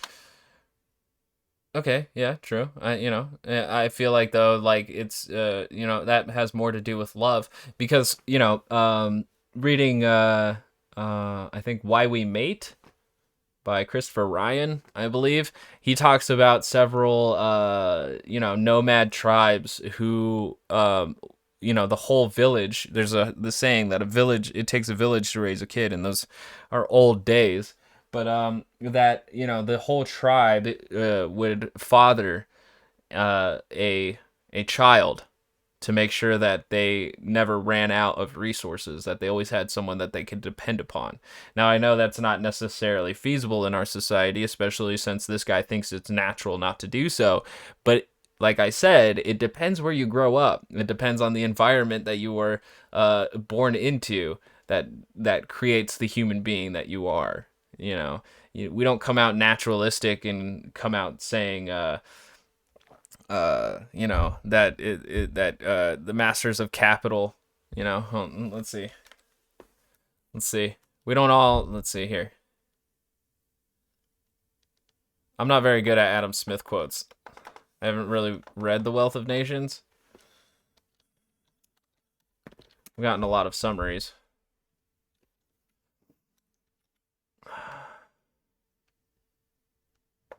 So, not all of us just come out of the womb saying all money is a matter of belief.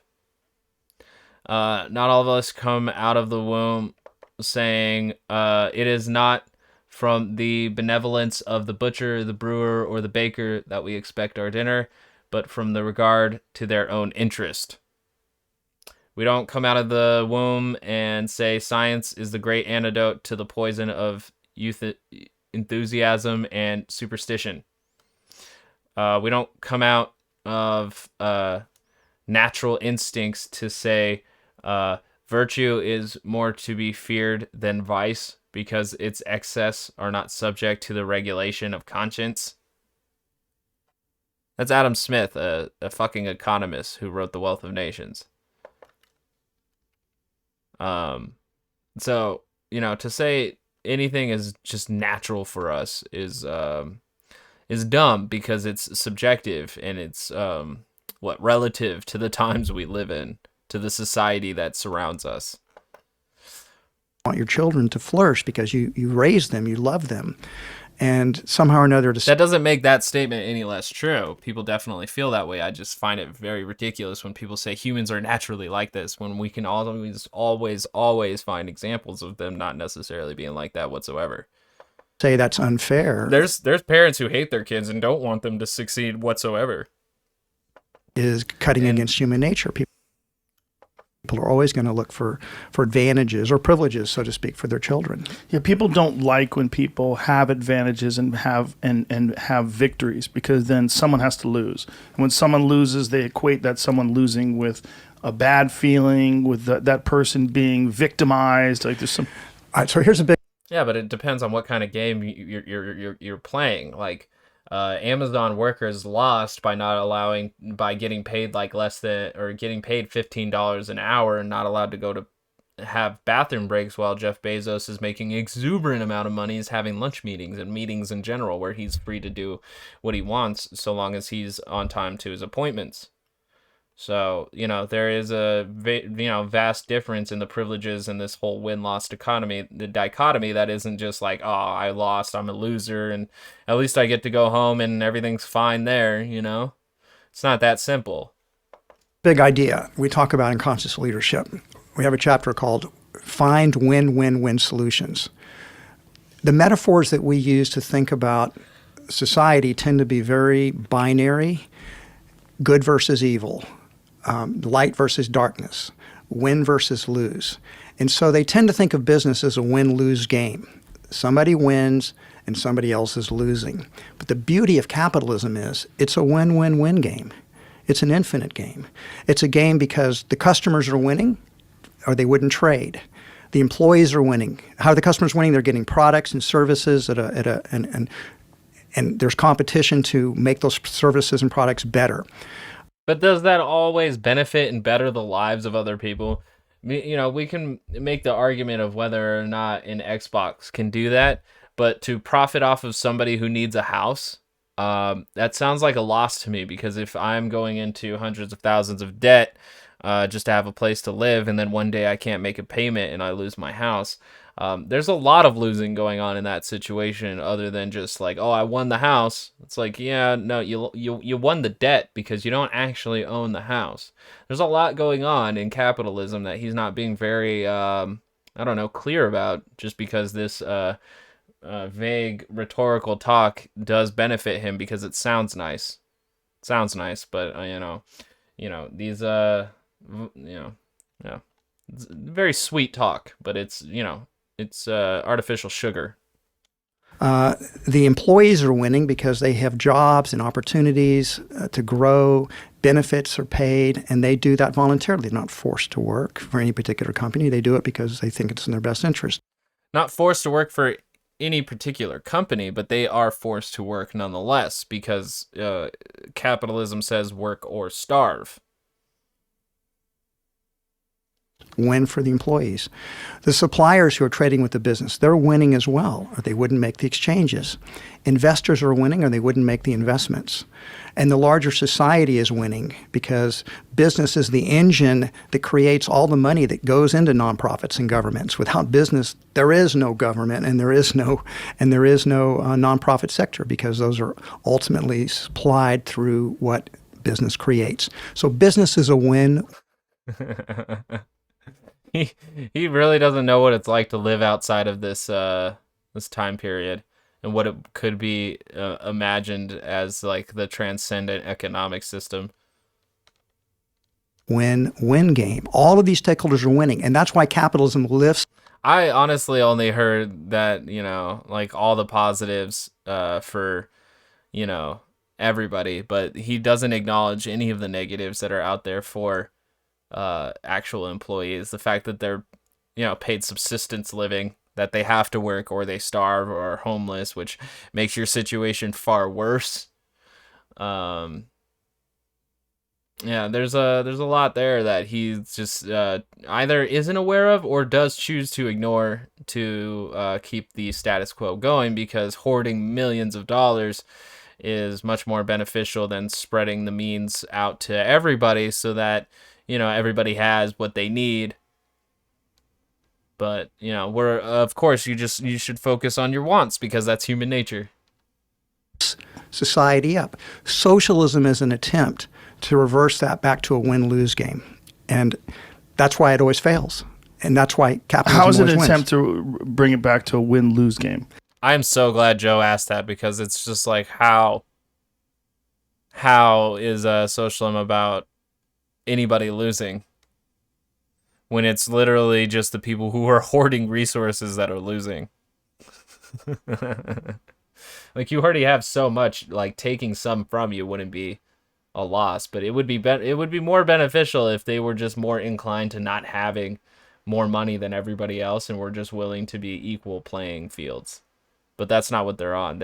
Somebody has to have the advantage, and somebody has to be on top, because maybe that is part of the competitive nature, but it's, it also has a lot to do with the systems of beliefs that we have, the mythos of this species, this time period, this country, what have you. There's a lot of layers to it, and I hate simplistic talk, and I don't have enough time to really get into it.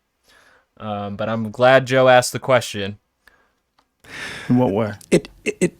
The ones that are winning, so to speak, the business people are clamped down, so they're not allowed to win. It's like, we're going to take your success and we're going to redistribute it. So that, as again, you said earlier on, incentives matter. But here's the thing, though, is that like in a market socialist, piece, you wouldn't. Yeah, I mean,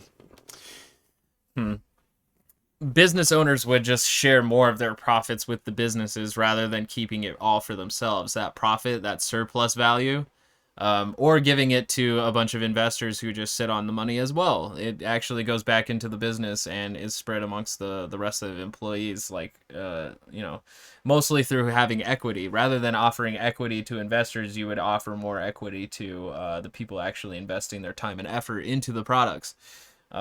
So, it's, they, obviously his idea of losing is not being able to have more money than anybody else.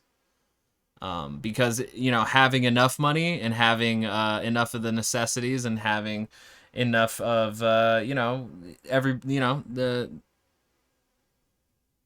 having the power and the capital moving around with everybody that you work with, that's not ideal for him. When he's CEO, he wants to get paid more than anybody else to be CEO. And if anybody is going to make as much or more money than him, which ideally you want everybody to be making the same amount of money in these businesses, workers, co-ops, when you have that, having everybody have equal say and equal pay, that's market socialist, baby. That's a loss to this one guy,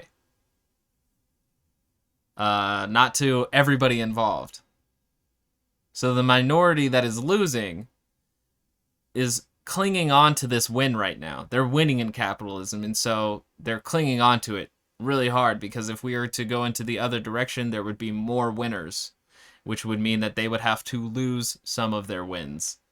And they're people are greedy, It's just part of human nature. As if people can't choose to not be greedy. CEO of Whole Foods. We're going to take away the incentives for business to really flourish and succeed. They should do it from altruistic reasons. And we may do some things for altruistic reasons, but you cannot build a society around it. When you're talking about win-win-win, this is in many ways, I see what you're saying, but there are things that are negative that are associated with profit and innovation, and particularly expanding industry, right? For particularly environmental impacts. Like when you say win-win-win, like there's very rarely especially when you're dealing with creating and designing and building things, you've got a negative impact in some way environmentally. Two points. First of all, historically, socialism's been far worse polluter than capitalistic countries. Well, just look at the environmental destruction that the Soviet Union left behind it. Capitalism has been running for hundreds of years, and socialism's been more fucking devastating. Please tell me about the oil spills. Please, let's talk about Exxon expecting to increase their CO2 emissions through 2025. Please, let's talk about fucking cigarette companies lying to people so that they kept smoking their cancer sticks. Please tell me how socialism has been a bigger polluter when it has never reached the level of the world stage. Yeah, they destroyed what part of the Soviet Union is he going to talk about from the early 1900s? Was a complete disaster. Right, but this is socialism done wrong, John. We're going to do it right here. Who has done it right, Joe? No one's done it right. But the Soviet Union is a bad example. No, Stalin was. Yeah, but all of Eastern Europe And see, that's the thing too, is that like with this kind of level of indoctrination, and because of the failed authoritarian communists, I feel like leftists have to find new names for shit, because they're always going to associate these things to those authoritarian regimes, whether it's Venezuela or Soviet Russia and the CCP. But, obviously with socialism, what we want to achieve is the maximization of democracy amongst everybody, and that the means of productions are also in the hands of everybody. And then in communism, we want to, I guess, transcend the whole state and just acknowledge our being, and do that through mutual aid and community. But we have to deal with the past adopters of these ideologies who then used it to just wield power. So, because when you actually talk in theory, these socialist and communist states that have propped up in history, none of them actually live up to the ideals of the theory that is written down. In a lot of ways, that America hasn't lived up to the exact ideals of the American Constitution. There's no incentive to protect the common good in socialism. And all right, so he just lied. It's just fuck it. Let's just lie. You know? Fuck it. Let's just lie. Because, like, I literally just said that socialism is the idea that you want to maximize the amount of people who have the means of production and also have democratic power. You're trying to really just maximize the amount of power flowing, rather than having 3 branches of government checking and balancing of that. You want everybody involved. At least the maximum amount of people involved. And those who choose not to be involved should still also be taken care of. We're literally, like, he defends a system that is concentrating wealth into fewer and fewer hands, including his bosses, Jeff Bezos, the richest man in the entire globe. And he's still fighting for the idea that Jeff Bezos being worth $1 trillion is more beneficial to life than everybody owning that $1 trillion. Like, what I'm saying is that one guy, so let's say that one guy owns $1 trillion, and then collectively everybody else owns $1 trillion. That's not what's happening here. Jeff Bezos has $1 trillion. Everybody else, collective wealth, less than that. Let's see.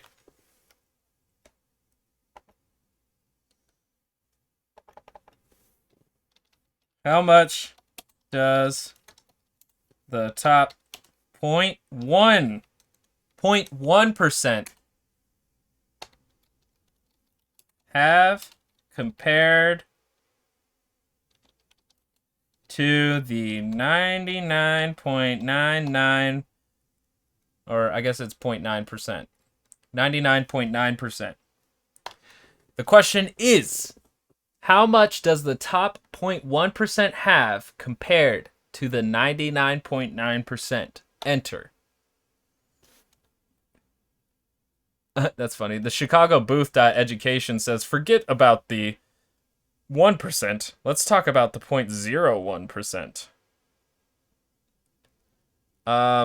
Let's see. I'm just looking for the statistic here, because the statistic is really out there, man. It's so check that out by Chicago Booth if you want. Let's see.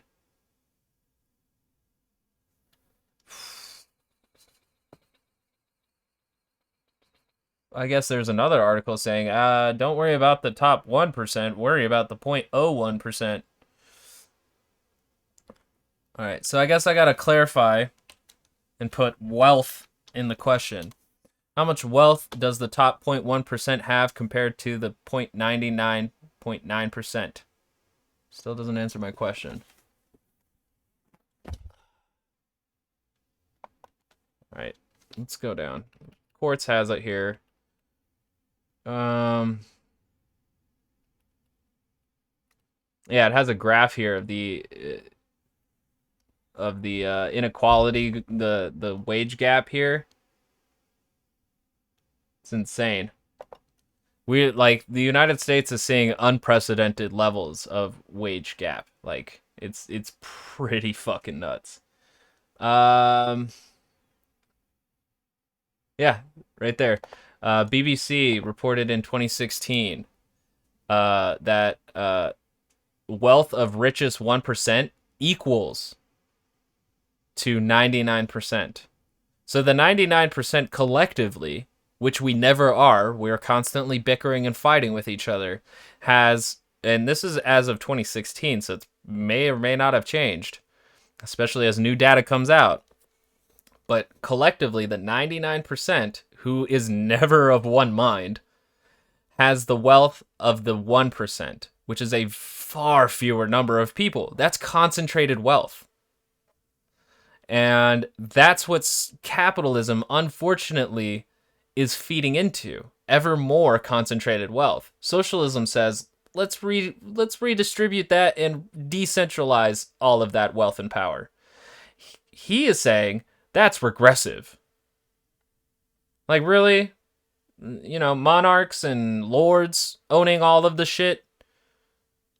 That's not sounding more similar to what's going on now? Now it's just the marketeers who took it from the kings and the lords and are now the ones who own it. And now we need to take it from them and give it to the serfs, peasants, and workers. All right. They don't. When the government has a monopoly of all decision and power making, they don't tend to look out for the environment. That's one of the myths. You also take away agency from people. But yet again, what I'm talking about is not like a government is going to hand out this democratization. Like the government is a part of that democratization, and if it isn't held accountable to the exact people's will, that whole population, it's benefiting now that 1%, and if it were to actually focus on the 100%. It would probably be pretty ineffective, and we would have to have a lot more local organizing and mutual aid going on. But yeah, what I want to see the government actually become is one major union for the Workers' Party, because corporations have such a large amount of negotiation and bargaining power right now that I think the government and the collectivized work of the members of the working class here, that's the only way to kind of counterbalance that in the situation that we're in now, is that the government has to become a union for all workers. And that's not where we're going towards. And I don't think that's what market socialism actually asks for either. It would be interesting to see how the government would work in a market socialist realm, but I would definitely want to see it now, since corporations are so powerful, more powerful than other nations. I would like to see the government work as a union for all of the workers, and also those who can't work because of disability or other issues such as that. And you take away their desire to improve and do better, and without incentive, people just don't perform the same way. But the beautiful thing about business, let's concede a partial truth to what you said, that there will be unintended negative consequences, as you say, environmentally. Well, that's why you have to regulate business to a certain extent. That's why you have to make people responsible for their environmental pollutants. And because business innovates and has an incentive to innovate, business can innovate and create solutions to those environmental problems. We, as human beings, we've been innovating well before business and profit was ever the motive. Profit has been a great motive because it propels somebody into higher social status, which makes them more likely to mate and breed. It makes them like an evolutionary apex predator. But, we're kind of transcending that at this point, because a person's profit is coming at the expense of, global catastrophe. That's what we're talking about when we speak about environmentalism. And the thing is that, capitalism is supporting the oil industry, who does not see incentive to move towards a Green New Deal right now, because it doesn't make the money to do so. But I think if that's not the focus, and the focus is to actually have sustainable energy, which sounds more like a socialist idea because it benefits the majority of people, the entire globe, that it's antithetical to capitalist motives right now, which to me is pretty unwoke. That's sleepy shit right there. Okay, let me stop you there for a second. When you say make people responsible for their environmental pollutants, then we're going to have to deal with another aspect of capitalism, and that's the effect that special interest groups and lobbyists have on politicians, because they create laws that shield these big businesses from consequences from these negative actions. So by saying that they have to clean up their problem, the only way that's ever going to happen is if they're not protected, if they don't use that influence and money. Totally agree. So this is where I think a lot of people have a valid argument against capitalism. Capitalism has kind of fucked over our system of government in a way, because money has gotten so deeply involved with super PACs and lobbyists, and there's so much money involved that it changes the way we govern things. Is that a flaw of capitalism or is that a flaw of government? I think it's a flaw of government, but that government has been influenced by capitalism, by capitalism's desire for universal growth. Honestly, Joe actually hit the nail on the fucking coffin right there. Like, he honestly, he killed it right there, because, like, you know, capitalism infecting the government is exactly what that special interest is. And, you know, at this time, like, they're not inseparable. It was so funny that Elizabeth Warren had to come out and say that she was a total capitalist, because everybody worried about her progressive views. And it's because, like, politics and economics, it's all part of organizing human action. I think, you know, it's very important to acknowledge there. And it's like they always want to kind of separate the two, as if like capitalism or capitalists want to separate capitalism from government, as if they don't ever actually interact, when in reality they're almost inseparable. Like, our economic system and our political system are always going to be interwoven, connected.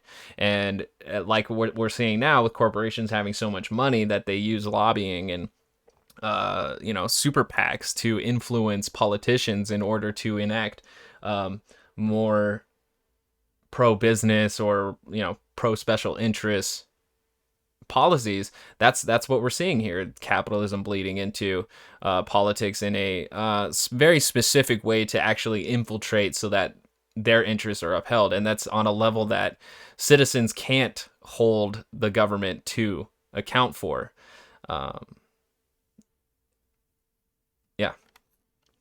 Constant growth. The sad truth is that humanity is not perfectible. We can never create the perfect system. And the attempt to create the perfect system, the perfect is the enemy of the good. Right. Capitalism is not perfect. It does not, because human choices and what people want varies. Capitalism will sell cigarettes to people because that's what people want. It gives them pleasure, but it's bad for their health. But yeah, but the thing is, though, is that they like knowingly lied about how it affected people's health so that people wouldn't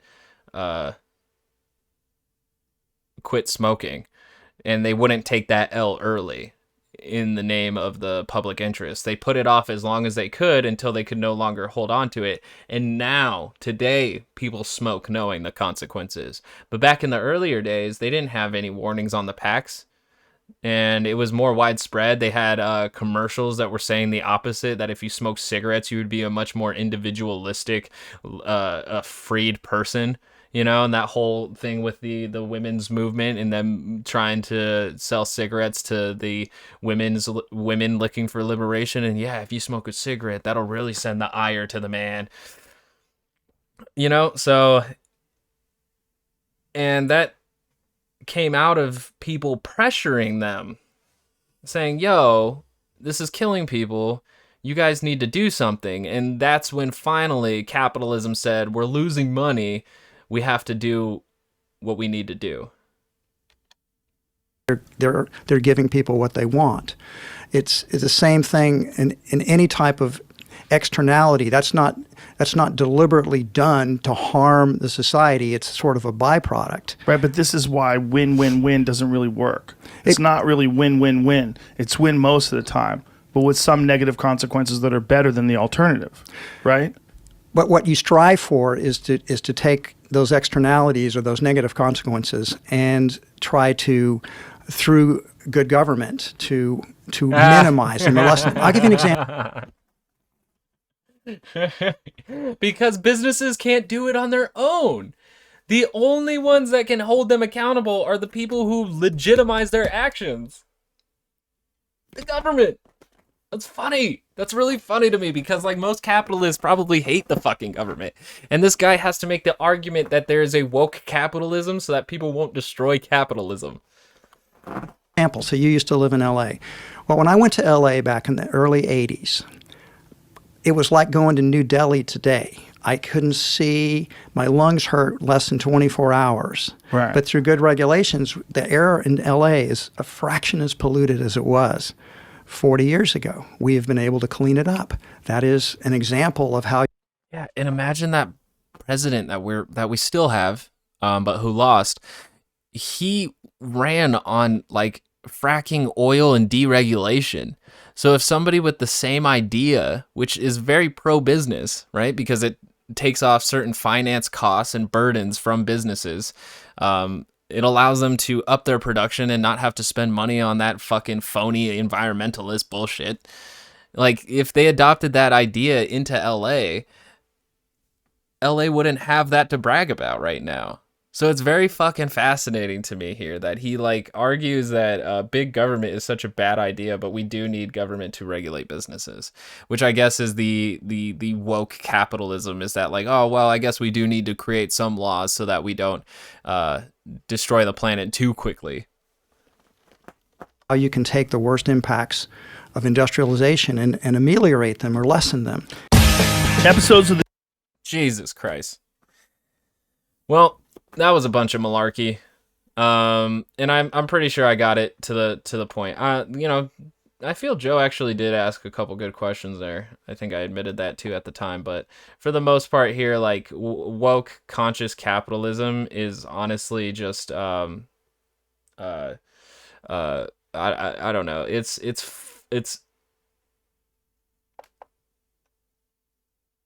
avoiding the talk, really. It's avoiding the true pitfalls of capitalism and saying, hey, we can fix this with better regulation. Like, if we just keep going and we reform the system step by step, everything will be okay. And it's not true, because that's what we've been doing. That's all we've been doing. So, if you really want to make big changes and start really affecting people's lives and starting to change these graphs and the way income inequality looks in this country, you really have to look at what you have, the major changes that you have to make to this system in order to have those outcomes. Otherwise, it's all bark and no bite. And yeah, that guy, I don't like him. John Mackey. That was John Mackey on the Joe Rogan show saying capitalism can be woke.